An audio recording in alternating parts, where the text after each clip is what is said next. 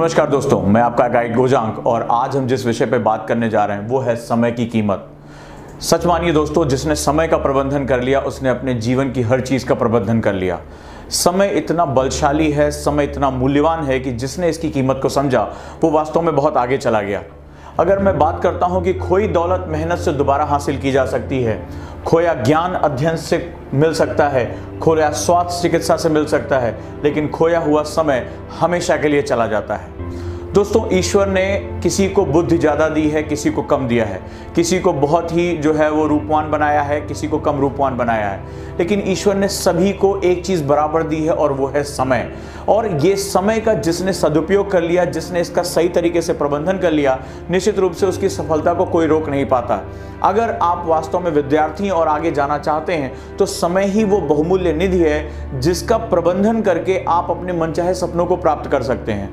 अगर मैं एक औसत बात करूं आप लोगों से, तो इन 24 घंटे में 7 से 8 घंटे सोने के लिए और 2 घंटे नहाने खाने इत्यादि कामों के लिए निकल जाते हैं। यानी वास्तव में अगर मैं इस प्रतिशत के हिसाब से बात करूं तो आपको 14 घंटे या लगभग 60% का जो समय है वही आपको मिलता है। जबकि अगर दूसरी तरफ बात करें तो लगभग 40% जो समय ऐसे कामों में चल जाता है जिसमें हमारा कोई नियंत्रण नहीं है। यानी आप अपने 60% हिस्से के मालिक हैं। अब ऐसी कंडीशन में वही जो स्टूडेंट है आगे बढ़ पाएगा जो इन 14 घंटे या लगभग जो 60% समय है उनका बेहतरीन उपयोग कर पाता है। और ये समय आपके लिए भी वही समान है जो महान लोगों के पास है, बशर्ते कि वो हर अपने घंटे की कीमत जानते हैं, वो अपना इसका महत्व समझते हैं और समय प्रबंधन के गुणों को जानते हैं। एक वो कला जिस कला को सीख कर वास्तव में आप अपनी जिंदगी को एक नया आयाम दे सकते हैं, वो है समय प्रबंधन की कला।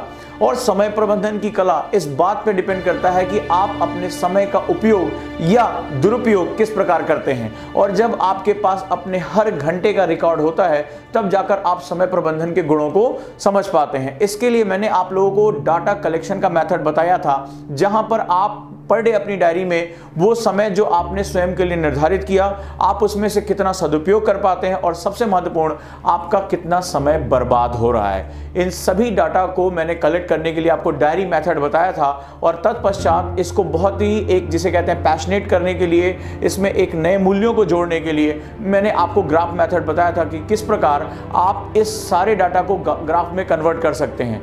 इस वीडियो के नीचे उस समय प्रबंधन का एक बहुमूल्य वीडियो पड़ा हुआ है जिसकी वजह से हजारों लाखों लोगों की जिंदगी में एक बहुत बड़ा परिवर्तन आया। मैं ये बात इसलिए कर रहा हूं क्योंकि अब धीरे धीरे आप एग्जाम की तरफ बढ़ रहे हैं। छुट्टियों का समय है और एक तरह से उल्लास का माहौल होने जा रहा है। तमाम छुट्टियों का समय आ रहा है और ऐसी कंडीशन में आप एक लंबे समय तक अपनी पढ़ाई से दूर हो जाएंगे और उसके बाद पुनः रिदम पाने में आपको एक अच्छा खासा समय लग जाएगा।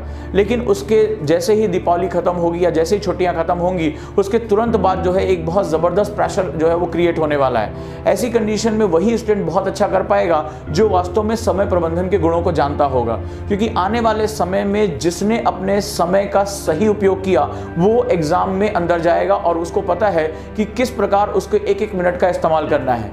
आपको 24 घंटे से ज्यादा किसी हालत में नहीं मिल सकता।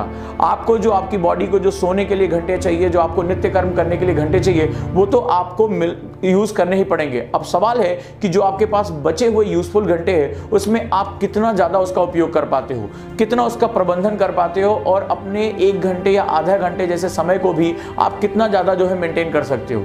क्या आप ये प्रश्न पूछने के लिए तैयार हो कि मैं अपने 10 मिनट या 15 मिनट के दौरान मैं इसका क्या उपयोग करने जा रहा हूं, या मेरा जो ये घंटा है ये कितना उपयोगी होने जा रहा है मेरे लिए।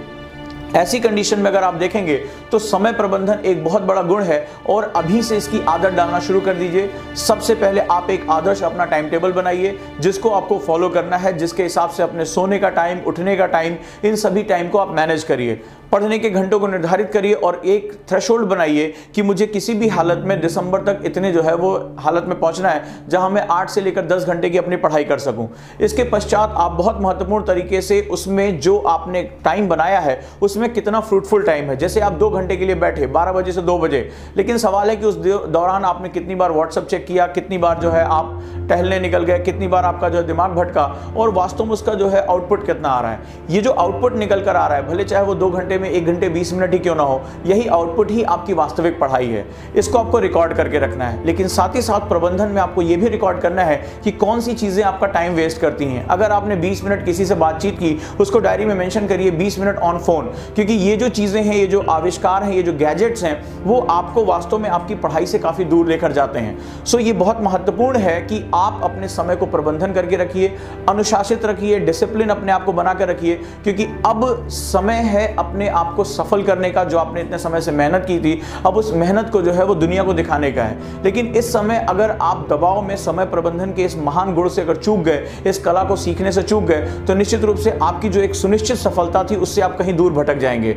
और मैं ये नहीं चाहता कि आप किसी भी हालत में, किसी भी पॉइंट पर जो है अपनी सफलता से दूर जाएं।